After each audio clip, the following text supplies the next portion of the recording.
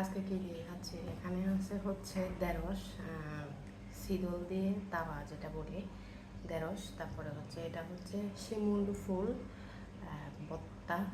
তারপরে এখানে আছে হচ্ছে আমরা সিগন শাক বলি, আর এখানে আছে হচ্ছে চিকেন লিভার।